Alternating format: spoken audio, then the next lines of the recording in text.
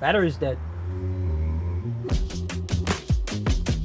The Tesla Powerwalls was the only system that I could buy that would back up my whole house. We've had outages during the snowstorms. We had one hurricane went through and the power line went down. Drag the generator outside. Half the time it's raining or flashlight, so you gotta navigate it through the dark, get everything plugged in, then crank it up. My wife's not gonna be able to pull the generator out of the shed like I do because it's just too heavy. The generator operates on a certain amount of gallons of gas per hour. It was just a lot of money to maintain it. I like to go out Sunday morning on the deck here and listen to the water.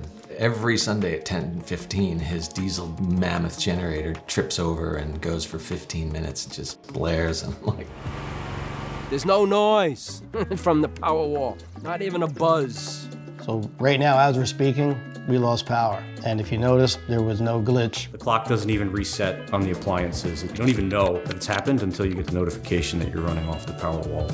It was seamless. Having a nice, cool, dry house in the summer because it's fully paid for by the sun. To get the Powerwalls was more cost effective versus getting the generator system.